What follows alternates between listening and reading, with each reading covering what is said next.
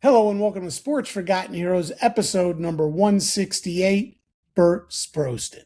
Now, my guess is this. Most of you watching or listening today have never heard of Bert Sproston, and that wouldn't surprise me at all. You see, that's because Bert Sproston was a football or soccer player in England during the 1930s and 1940s. What makes his story so extraordinary, so special, it's not because he was a star defender on the pitch. Rather, it's what he did when his team, the English national team, visited Berlin in 1938, just before all heck broke loose in Hitler's Germany. Sproston was approached by a teenage boy named Rolf Friedland, and Rolf asked him for help to escape Nazi Germany. And through some very calculated moves and with the help of a few others, Sproston was able to secure a visa for Friedland to attend a soccer game back in England where the English national team was taking on a team of, let's call them all-stars, a team made up of players from around the world. Under the guise of this game, Friedland got his visa, and as they say, the rest was history. Well, sort of. Friedland escaped Germany, the strong possibility of extermination at a concentration camp, and ultimately turned the tables on the Nazis by becoming an interrogator for the British Army. Now, his journey to get to the British Army was also an amazing story. John Leonard, a British journalist and author, captured the entire story in his new book, Escape from Berlin, England's Bert Sproston and the Football Refugee. Sadly, John passed away before his book was published. So joining me on today's episode of Sports Forgotten Heroes are three very special guests. Two of John's sisters, Jenny Leonard and Fiona Thomas, and they're going to discuss John, his book, Sproston, and Friedland. My third special guest is Rolf's son, Alan Freeman, and he's joining from Israel. What makes this even more special, while the three know each other, this podcast provided them the opportunity to meet each other for the first time. Pretty cool. Before we jump into today's show, a couple of reminders, please. Follow Sports Forgotten Heroes on X at SportsFHeroes. Look for the Sports Forgotten Heroes page on Facebook. And no matter where it is you are watching or listening from, please give Sports Forgotten Heroes a like, a follow, and subscribe. And as always, I thank you for your support. Okay, let's get into today's show with my three very special guests, Jenny Leonard, Fiona Thomas, and Alan Freeman.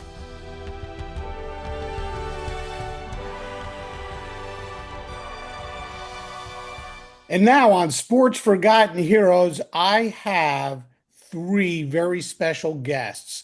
From England, I have Jenny Leonard and Fiona Thomas, and from Israel, Alan Freeman. This is my first multi-country podcast.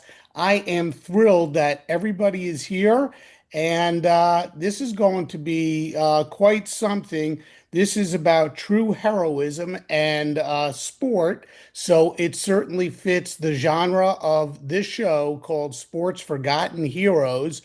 And joining me again, Jenny, Fiona, and Alan. Jenny, just briefly, tell us how you relate to this story. So this story has been brought to life by Fiona and my brother John. He was also an older brother to four sisters, and sadly John passed away in January this year. But in the preceding years, he spent a lot of time working on this story, and obviously we're very delighted that we've been able to see the book published. And so that's why we're here today, to tell you a little bit about him and about the story that he's brought to life. Okay, Fiona? Yeah, basically, John was a dedicated journalist and but spent the latter part of his career writing books basically about what he loved, which was sport. He was an athlete himself in his younger years, and but he was devoted to his club, Stoke City. And I think initially he probably just wanted to find out more about Stoke City, the team, and write about Stoke City. But as he went through the research process, he started to uncover the underlying individual stories. He's written several books, and I think, but this was kind of the last one, and it is, I suppose, it was about exposing an ordinary footballer, but an extraordinary story. And I think, that was kind of what captivated him. Um, and also, John was always interested in the clash between the worlds of sport and politics, and how sport was never about the joy in itself of performing. It was, but it was, it got entangled. And I think it was, I suppose, the shock of finding out about this story and how the sort of malign forces can have an influence on events. And but also, this was kind of a story of humanity and how one man was very principled, and it became more than just sport. Okay. And Alan, your dad plays quite the integral part of this story. Why don't you tell us a little bit about that? That's absolutely correct, Warren. The story is about how an English footballer, an international, in October 1938, met a young Jewish teenager who actually begged him to help him get out of Germany. That young Jewish teenager who Bert Sproston helped get out of Germany was my father, and that's my connection. Um, of all the stories that Jenny, that your dad or your brother, I'm sorry, could have written, what drew him to this one in particular? Um, well, I mean, it started, as Fiona said, I mean, he was absolutely sport mad. So he was very intense when he was researching his his work. And I think he was very drawn by that human story. I mean, he started writing some years ago, and in fact, he wrote a book called Fair Game in about, it was published in about 2016. And in that book, he dealt with a number of events in history where sports and politics had collided, and it ranged from the boycott of the Olympic Games to things like Jackie Robinson breaking racial barriers in baseball, the Bodyline cricket tour. But one of the chapters focused on what he described as England's footballing shame, which was when the England football team gave, under instruction, the Nazi salute before a match that took place in Berlin. And this was, in the course of the research, he came across the story of Bert and Rolf Friedland, who's Alan's father. And what began as a sort of single historical event, which again was, obviously the events that took place following that speak for themselves. And I think a lot of those players who were drawn into this world felt very ashamed.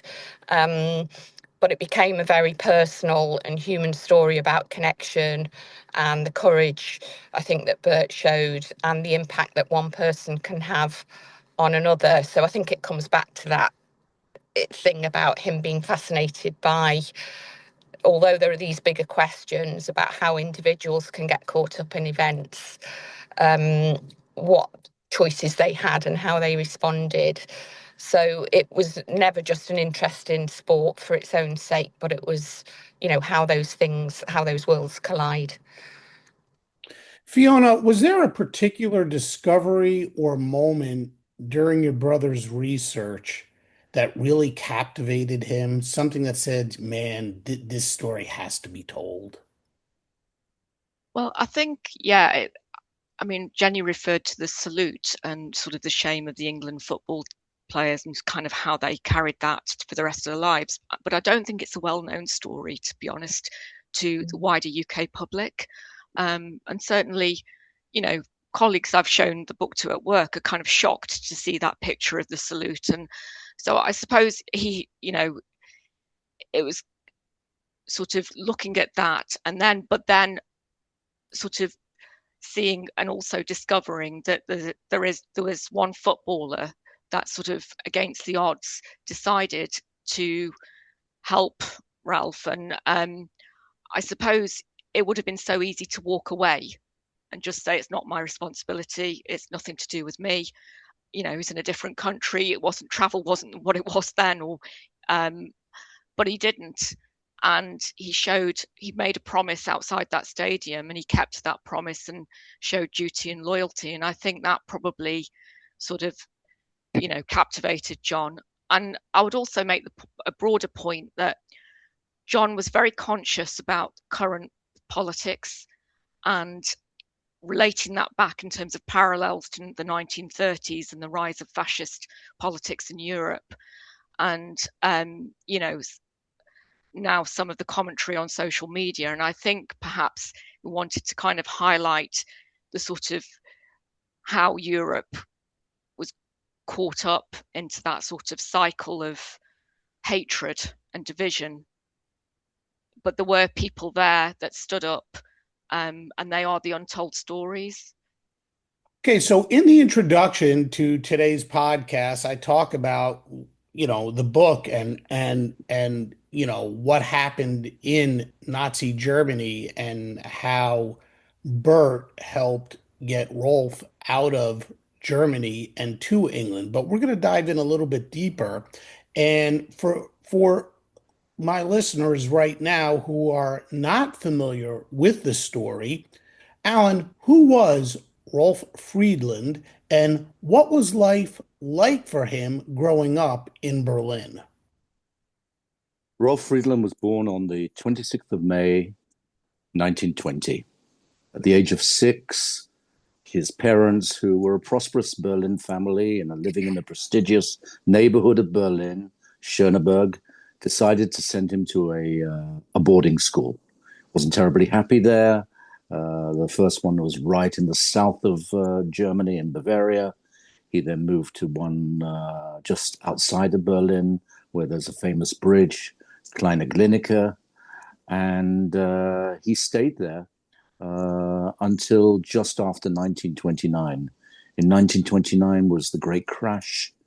Fortunes were lost, and he simply had to return to Berlin. And he went to a regular school in Berlin, and continued his studies essentially through. He went on to high school until 1935. In 1935, Rolf was 15, and he was expelled from school. Jews were no longer allowed to study in German schools. By then, his parents were flurrying around. They had to leave their home. They had to find alternative homes, and they were thinking of leaving the country, which they did. His brother John left on a child transport out of Hamburg, went to Ellis Island, and from Ellis Island on to San Francisco. His father moved to London, and his mother subsequently moved to London. And here was a 16-year-old boy left alone entirely in Berlin, having to fend for himself so far. Now, as we are recording this on June 30th, 2026, we are right in the middle of the World Cup. So very apropos that we're talking about a soccer story, although overseas it's called football. We won't get into the differences here, but why was football, or as here in the US we call it soccer, such an important part of Rolf's life during those difficult years? Alan? You know, John alludes to that in the book.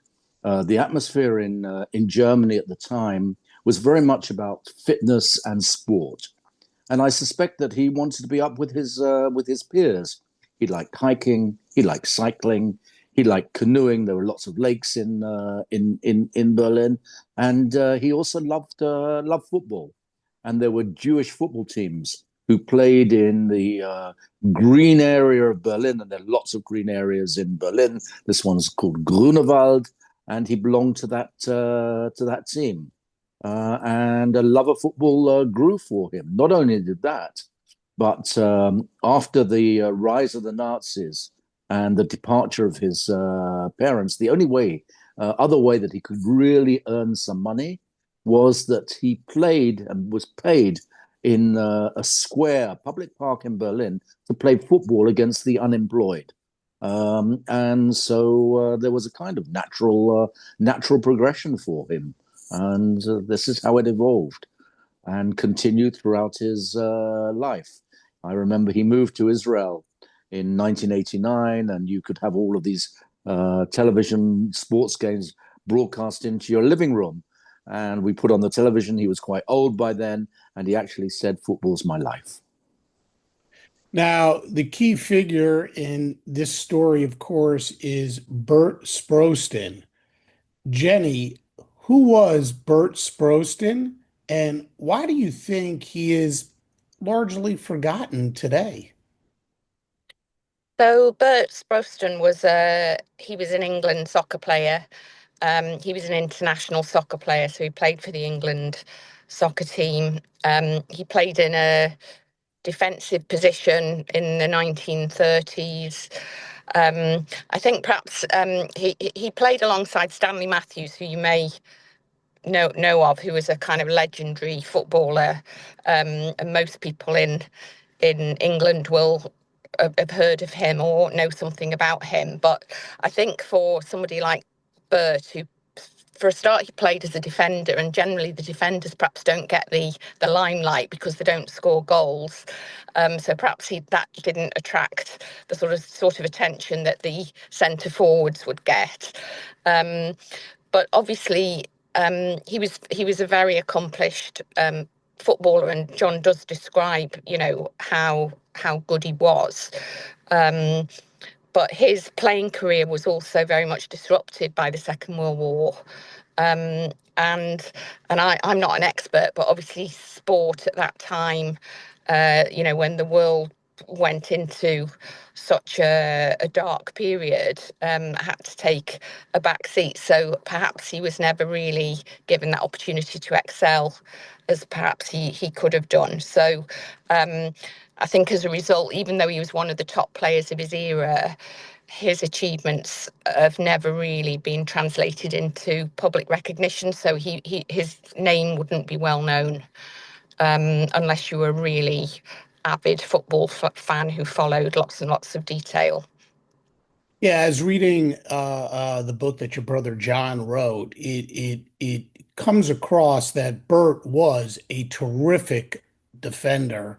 And like you said, because he's not the guy out there, he's not one of the forwards scoring all the goals, but he was a really good defender. And of course, defenders, as we know in all sports, never get much of the limelight.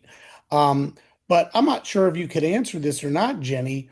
What made him stand out as a defender? And, he played for several different teams. He bounced around a bit.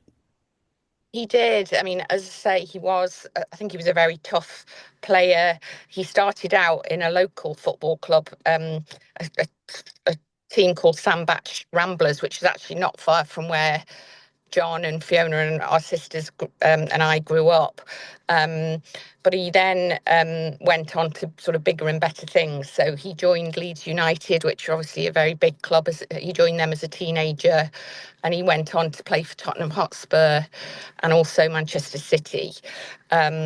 So again, I wouldn't sort of hold myself out as an expert in this, but I think that from the way John describes him, is that what made him stand out was he had a lot of pace. He was very sort of tough. And he sort of describes him as a more modern, cultured footballer.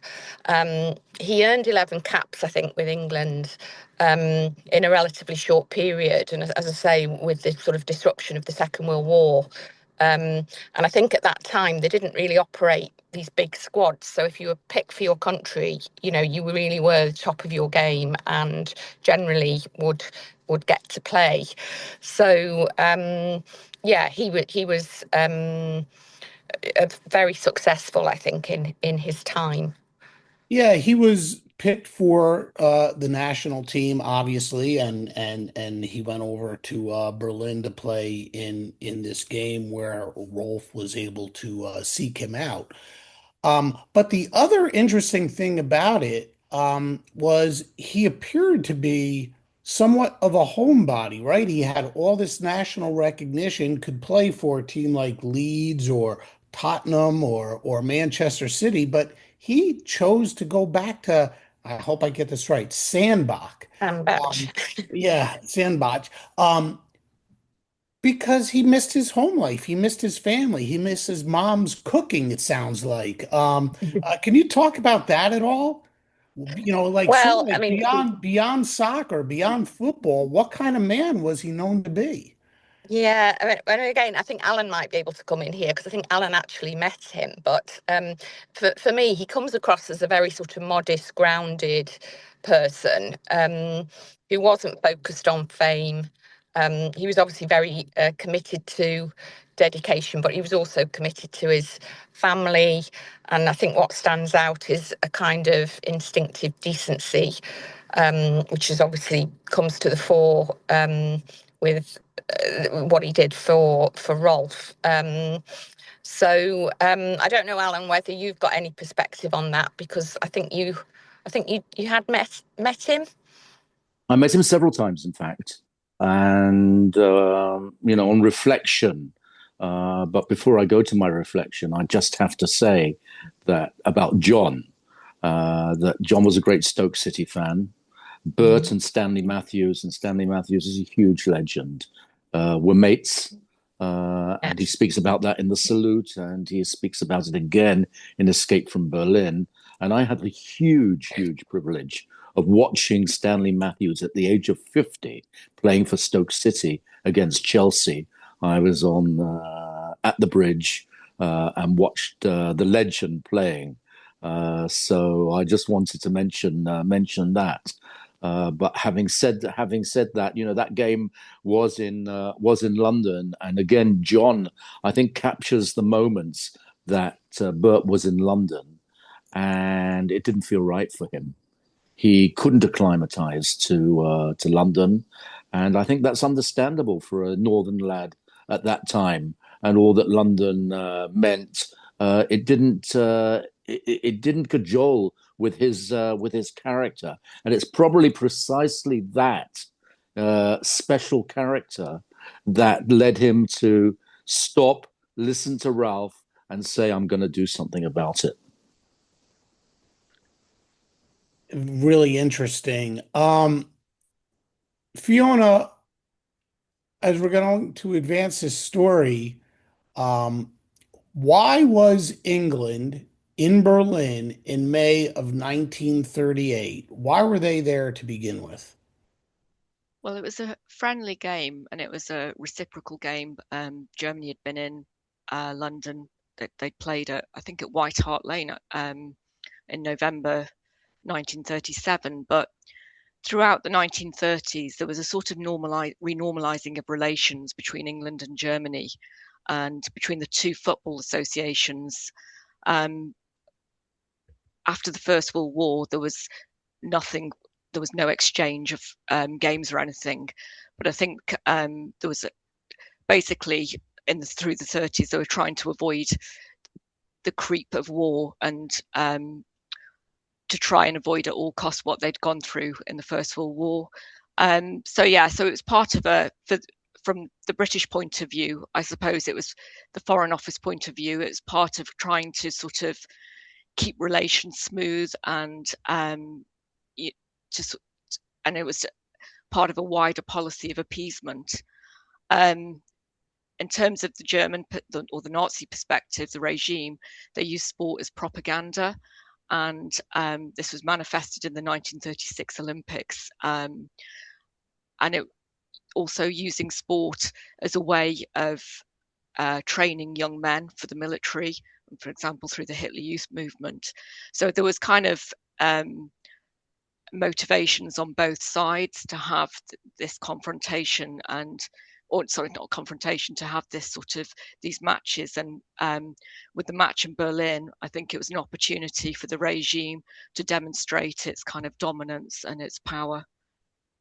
Yeah, there was a lot of politics at that time, of course, and we all know how it all blew up eventually. But the big thing about this match between England and Germany was the Nazi salute before kickoff. Can you talk about that, Fiona? How did that come about? And talk about the players' reluctance to give the Nazi salute.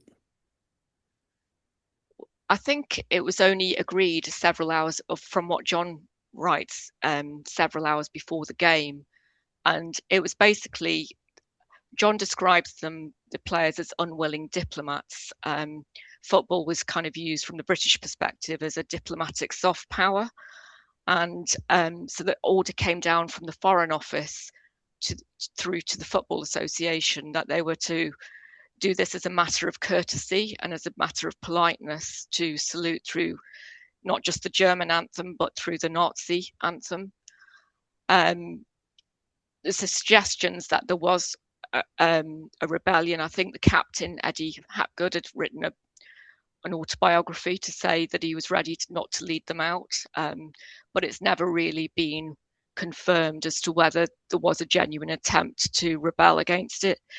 But I suppose, just from my own conjecture, I would imagine that these players also felt the weight of a responsibility. They were representing the country, but also that political weight of of trying to sort of keep relations measured from a sort of the British perspective and avoid what had happened perhaps to their father's generation, because they would have been probably conscripted in the First World War. I mean, which resulted in 15 million Lockheed deaths across Europe.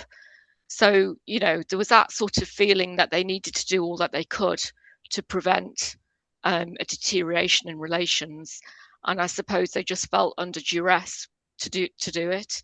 And I think it's very easy to perhaps be judgmental about it sort of today, but it was only 20 years after the First World War, and there wasn't really sort of space for them to kind of think to say no.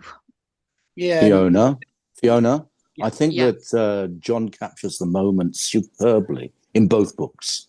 Yeah, of the politics and the drama that went behind this decision. It was a drama that went back several years with the British ambassador and the British foreign secretary and the highest order of Hitler's chancellor in Goering and so on and so forth, and also the English Football Association, and he alludes to that very clearly in the book. Sir Stanley Rouse, chairman of the Football Association. I've got no doubt that there was a lot of ego being bandied around. You see it in today's World Cup, and you see it, and you see it there in happening there in the 30s. And Sir Stanley Rouse went on to become the president of FIFA. And to get to that position, you need support of the British government, and the British government said, get it done. And he made sure that it went down the line until the players went out into the stadium and gave that salute. That's my opinion. That's what I think John is saying in the book. Yeah, and I think there was also the class system at work. The British Foreign Office were sort of, I suppose, the public school elite kind of giving the orders to footballers who ultimately were kind of from working class communities and were there to follow orders of sort of the British establishment. Yeah, and of course we know it didn't work out the way everybody had hoped it would work out to stave off England's involvement in the war, and obviously that didn't work out. Why has that moment become one of the most controversial episodes in English football history? With everything else that's going on, and we know, I mean, they were forced into doing this to give that salute, and some did, without any hesitation, and others were like, "Man, I don't want to do this," but they obviously did this. And looking back at it, why is it still so controversial?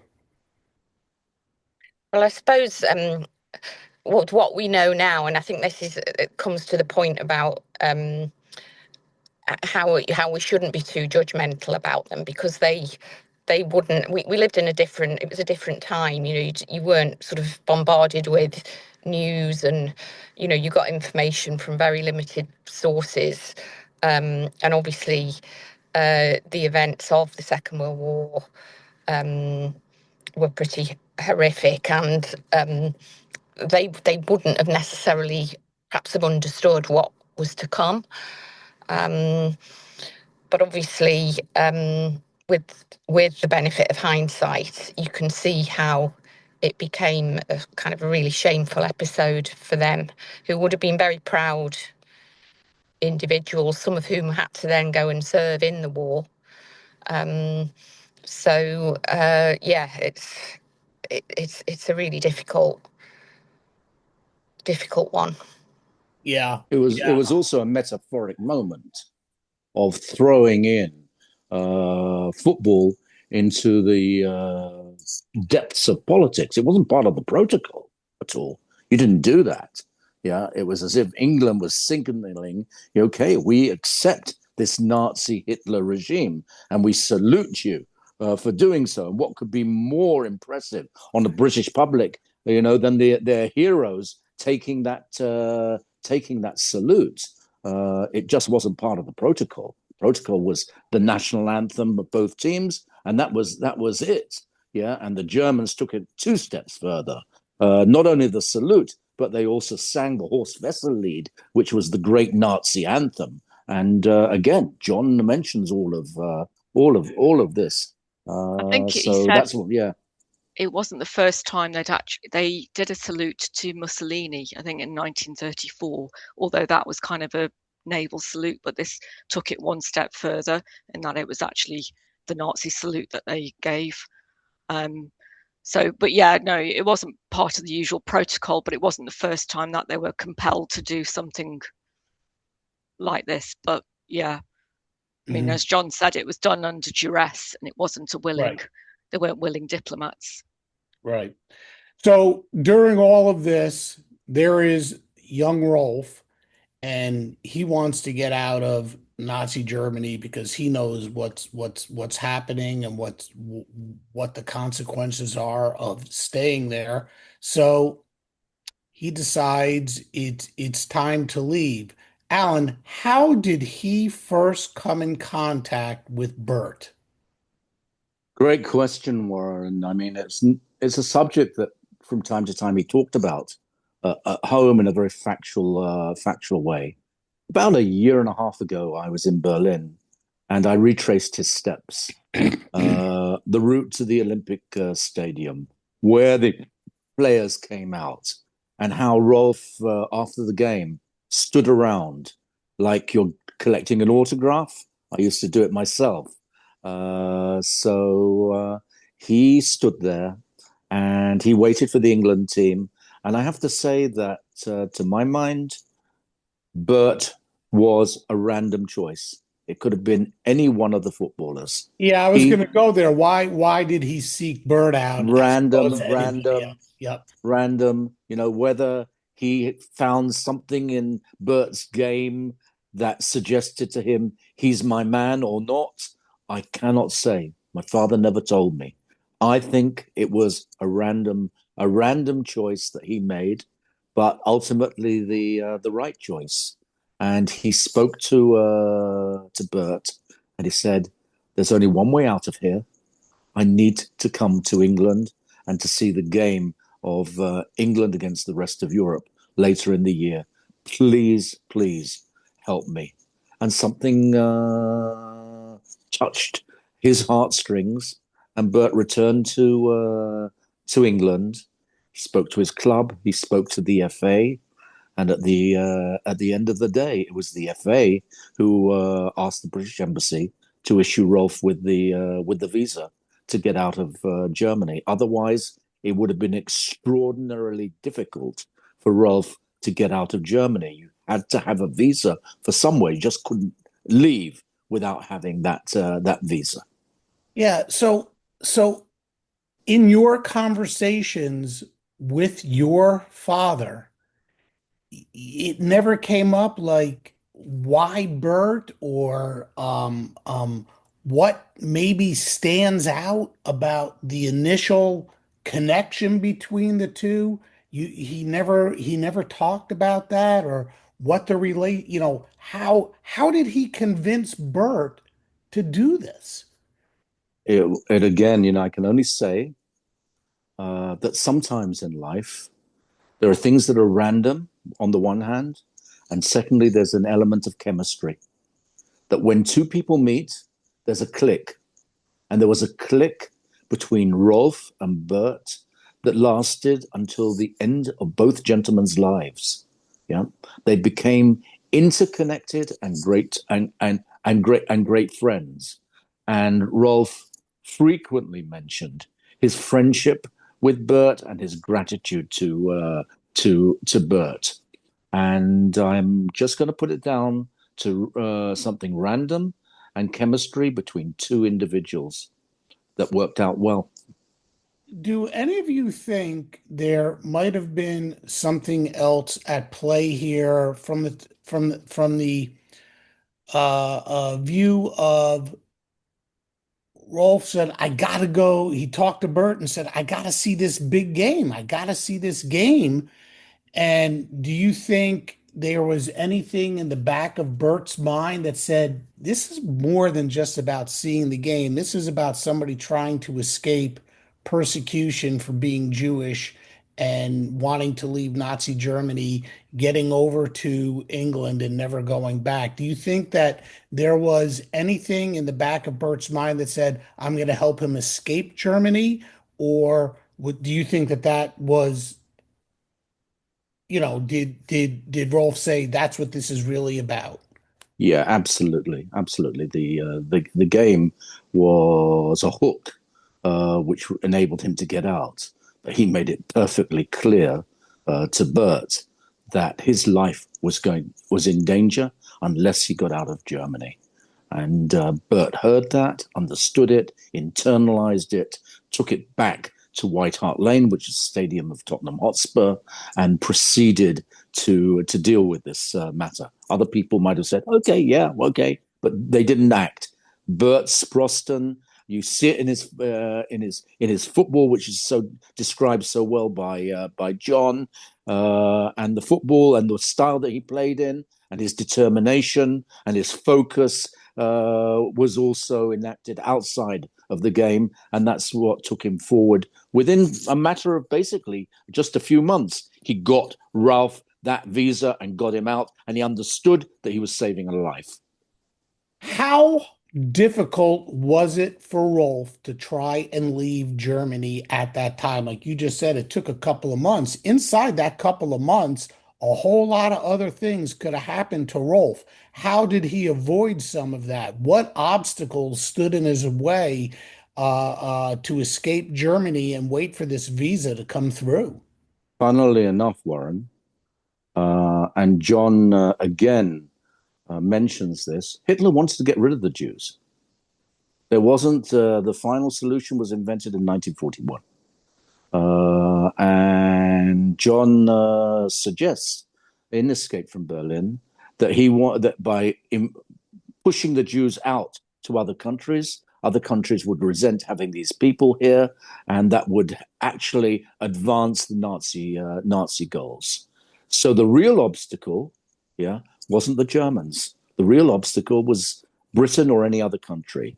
He had relatives. Just tell you a short story. Yeah, he had an uncle and aunt who boarded a ship in 1938. Yeah, called the St. Louis. The St. Louis left Hamburg for Cuba. The Cuban authorities refused to let the Jews disembark. The captain, a man named Schroeder, sailed up the east coast of the United States. The US authorities refused to let the Jews disembark. Schroeder went on to Canada. Canada refused to let the Jews disembark. No country wanted the Jews, and the boat sailed back to Antwerp. He went back to Germany, and he ended his life together with his two children, Marianne and Bobby, in Auschwitz. That was the main obstacle, that other countries didn't want the Jews. Well, we know we can, surmise what could have happened had Bert not intervened here. Jenny, as far as Bert is concerned, what risks was he taking by following through with this personally and or professionally? Was he taking a huge risk by going out of his way to help Rolf?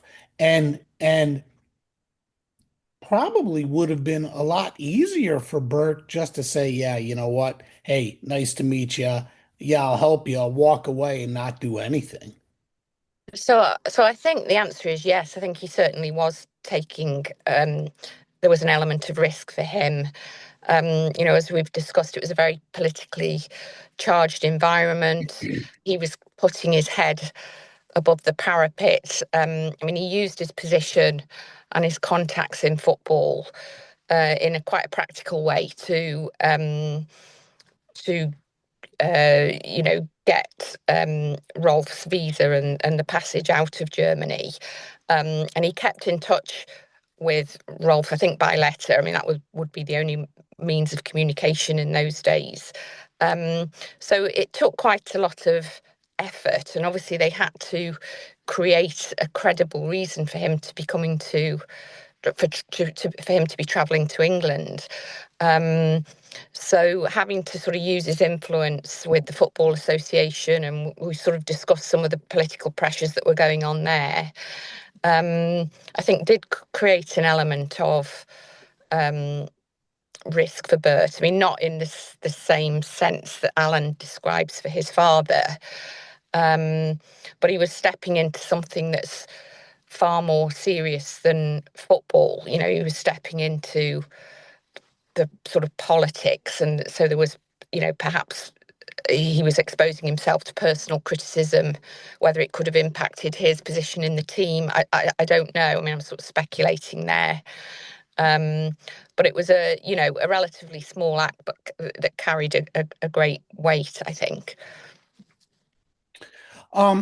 I don't recall reading much about this. Alan, you might be able to answer. Actually, any of you might be able to answer this. During this period that Bert is trying to help Rolf, he's still playing soccer, and he's moving around from club to club, at least a little bit. Um, do you think any of the pressure of trying to help Rolf affected Bert in any way?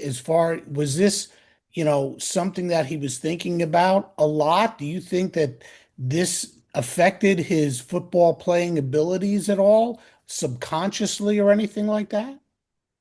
I don't think that any of us can know that. What we do know is that he quite soon afterwards left Tottenham to go and play for Manchester City. The suggestion is that his form in Tottenham wasn't what it had been at Leeds, and that when he got back up north and not far from his home ground, his form improved. So in terms of performance, I think the performance has much more to do with where he was playing than Rolf on his mind. But again, there's no it's pure conjecture. I can't say for sure. Jenny and Fiona, how did he go about getting this visa to get Rolf out of Germany? I mean, he So again, secured it. yeah, Go go on, on, Jenny. Fiona. Yeah. Oh, um, I don't know the exact details. I mean, maybe Alan would know more, but I think he secured it through the Football Association, and Tottenham Hotspur had a big role in it. And the club had, I mean, is this right, Alan, that links with the strong links with the Jewish community, and perhaps there was avenues that way? What my understanding again from my dad, and he was a teenager. He didn't understand how these things work exactly. But what he suggested was that Bert was the key, was the linchpin. Tottenham helped. Tottenham plus Bert Football Association, and I didn't get any hint at all that there was some sort of formal help from the Jewish community in Britain. That only happened once Rolf got to London. His visa was for 2 weeks. It wasn't a permanent visa to enter the United Kingdom. We've saved you. No, it was a visa pure and simple to attend a soccer game at Highbury, and was the legendary home of Arsenal, who just won the Premier League. Yeah, and I think the visa was granted on the strength of the Football Association's, the FA's invitation, and also Bert's personal backing. So, the fact that he, as an England player, had given that backing, presumably had some sway with the authorities, and it appeared to be a kind of a legitimate football supporter travelling to attend a match, which obviously gave the reason, and allowed him to leave Germany. And without those documents and somebody of Bert's standing supporting him, I just don't think Rolf would have ever had the means to have left Germany at that young age.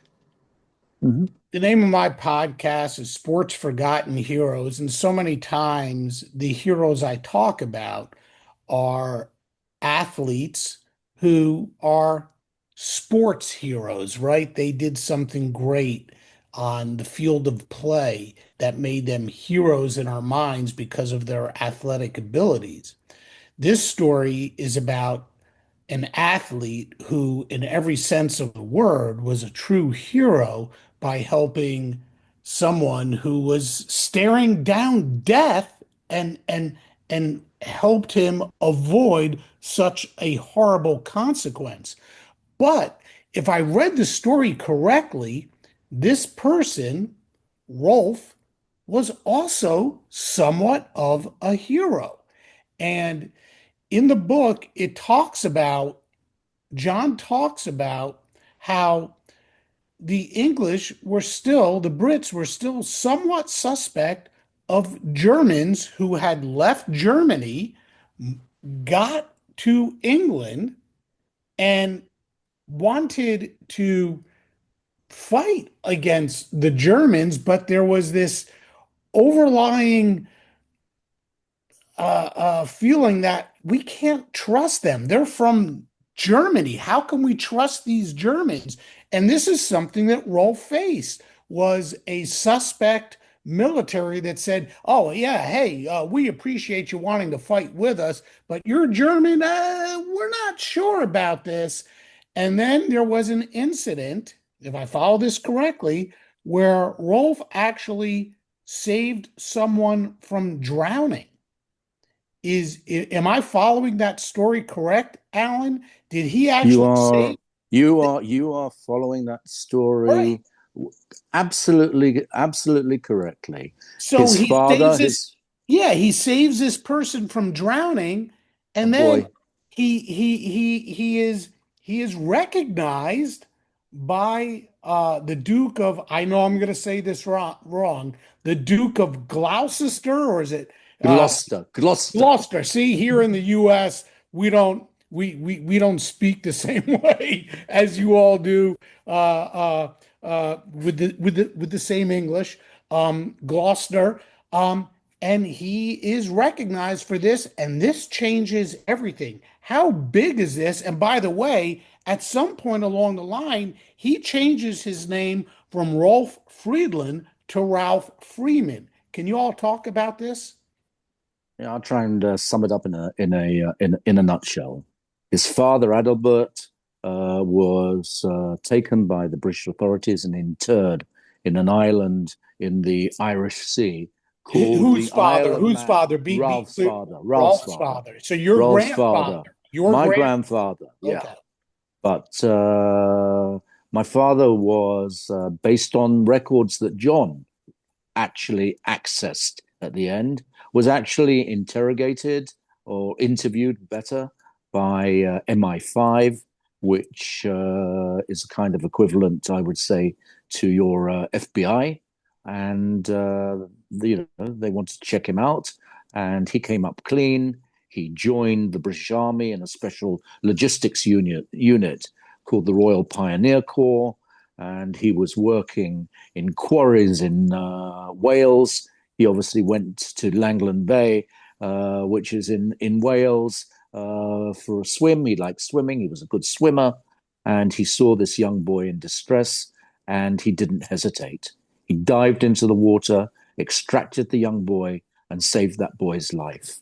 And what did he do, and how did I think about it? He did it intuitively. And that intuition is important to what we're talking about, because I think Bert Sproston behaved in exactly the same way. He reacted intuitively to Ralph's plea to save his life, and that is how people sometimes act. Thank goodness. And from there, if you're talking about my father as a hero, he always said to me, son, I want you to be modest. And he was a very modest person. He went on to do his duty, what everyone else did, or men did, and women did, to sacrifice themselves to win that war.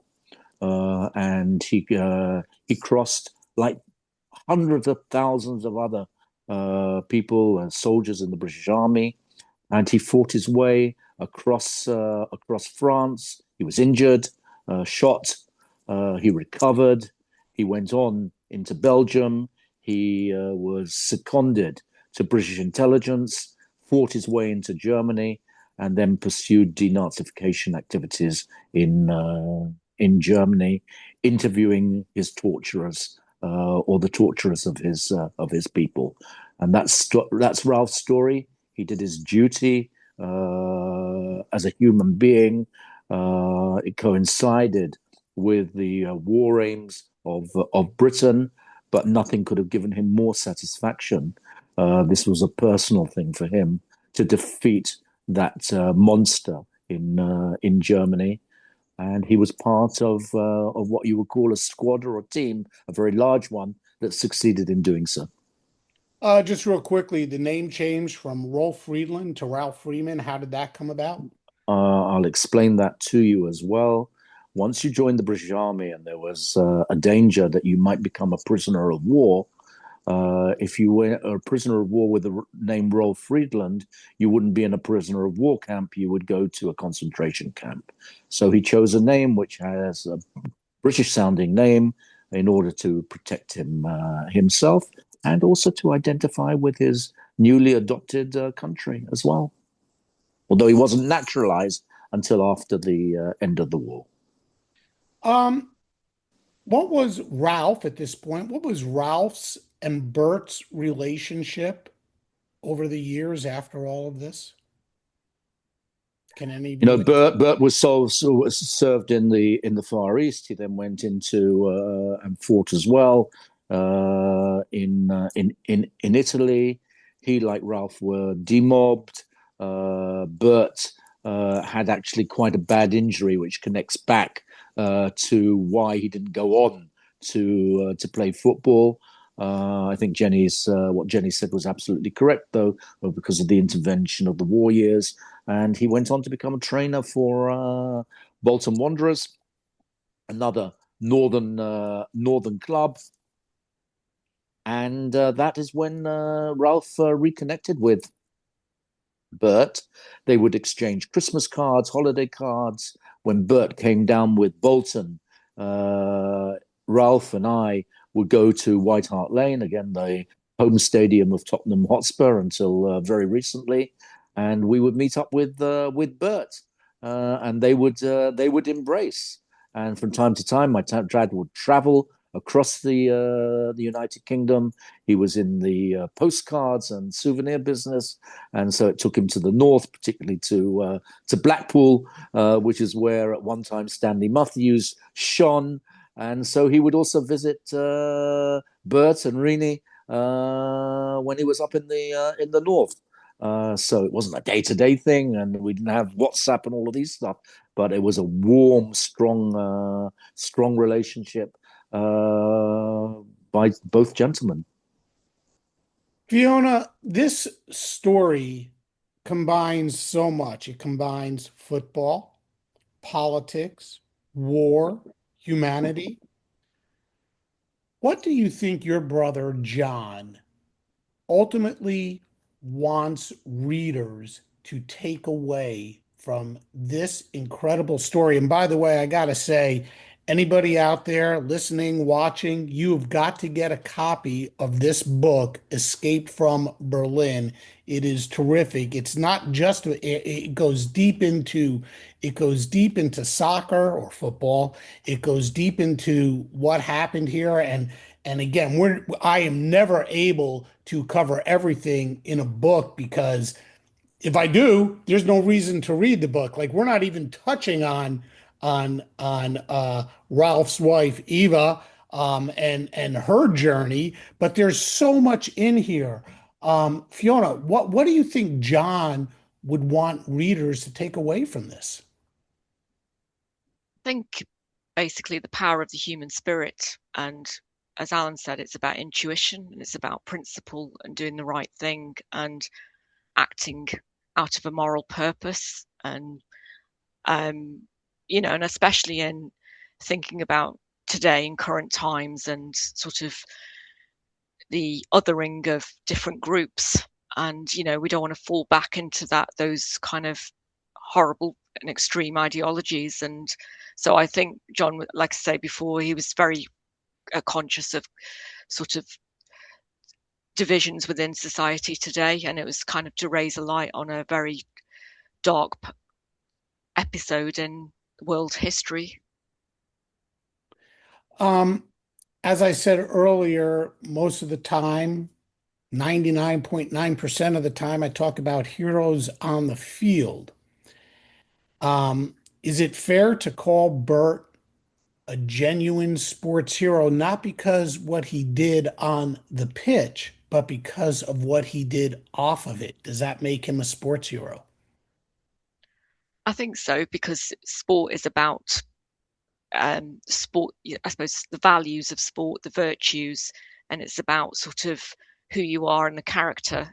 And so I think, yeah, it's fitting for him to be, it's about sort of, I suppose John talked about the Corinthian values of honor and integrity and doing the right thing. And certainly Bert lived up to all of that and more. Yeah, and I think it's just, in a moment that really mattered, where, as we've said, he could have walked away and thought this is too difficult, but he made a choice. And that changed the course of someone's life, which is what makes this story so powerful. So it's not always the kind of stories that are the most widely known, and history will tend to focus on, major events and famous figures. But there are behind that, some really powerful human stories that reveal a lot about who we are and what we're capable of. So it's a positive, kind of uplifting story coming out of something very dark. Having written this book, what do you think what accomplishment would have made John most proud, your brother John? Well, I think he would have been delighted, to be honest, that this got published during the World Cup in America, and we're on this podcast in the United States. I mean, our dad was born in America, and John had a strong affinity to. So I think, you know, if this the wider story becomes known and becomes imprinted in sort of sports history, I think that would be a huge legacy and an accomplishment for John. If I was speaking to John on this podcast, if he was my guest, unfortunately, obviously not here with us today, and very sad that he wasn't able to see this all come to fruition the way he had hoped. If he were sitting here today, what do you think he'd want the audience to understand about this story?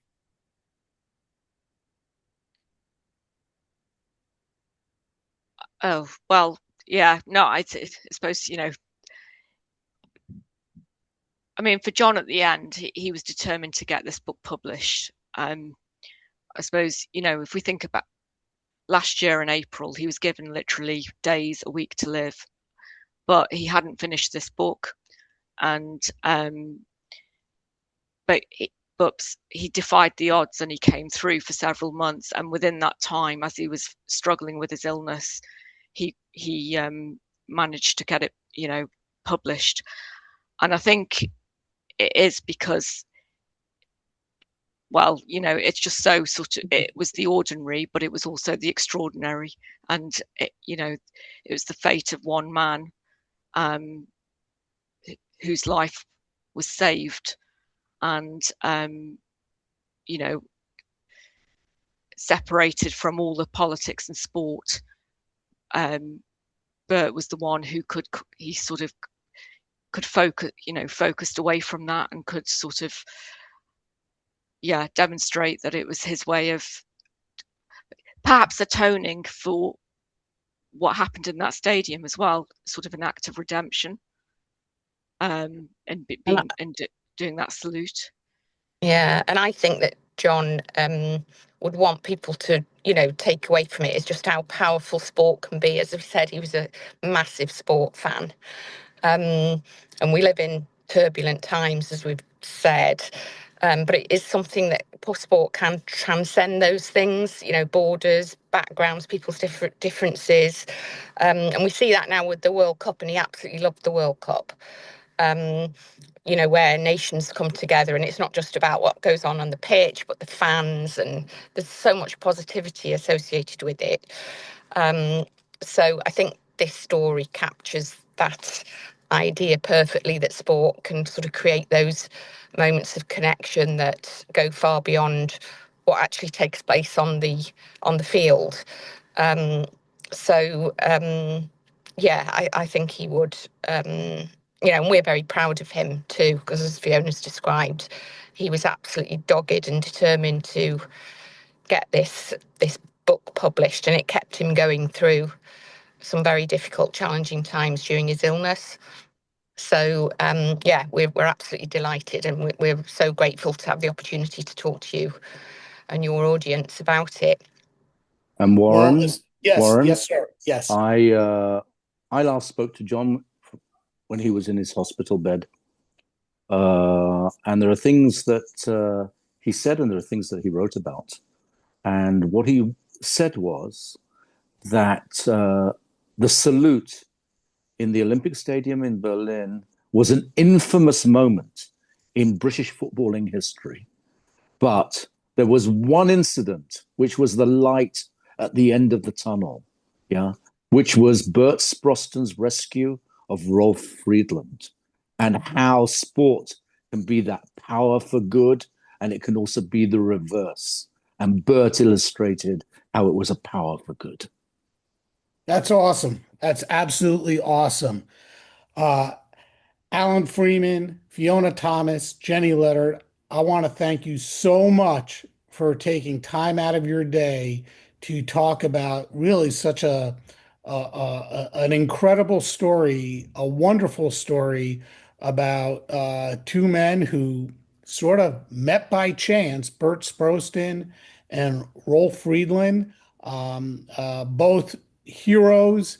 I encourage everybody to pick up a copy of the book, Escape from Berlin by John Leonard. It's really a fantastic read. And again, thank you so much for joining me on Sports Forgotten Heroes. Thank you. Thank you, Thank Warren. you. Thank you. Yes.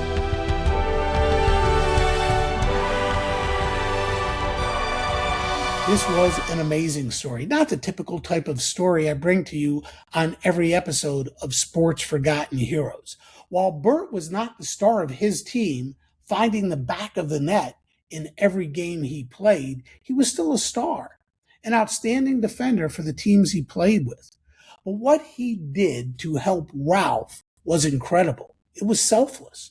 And the fact that Ralph saved the life of a perfect stranger from drowning, to me, makes this story even more incredible. It's about two heroes. Thanks to my three very special guests today, Jenny Leonard, Fiona Thomas, and Alan Freeman. And thanks to all of you for tuning in. And I'll see you next time on Sports Forgotten Heroes.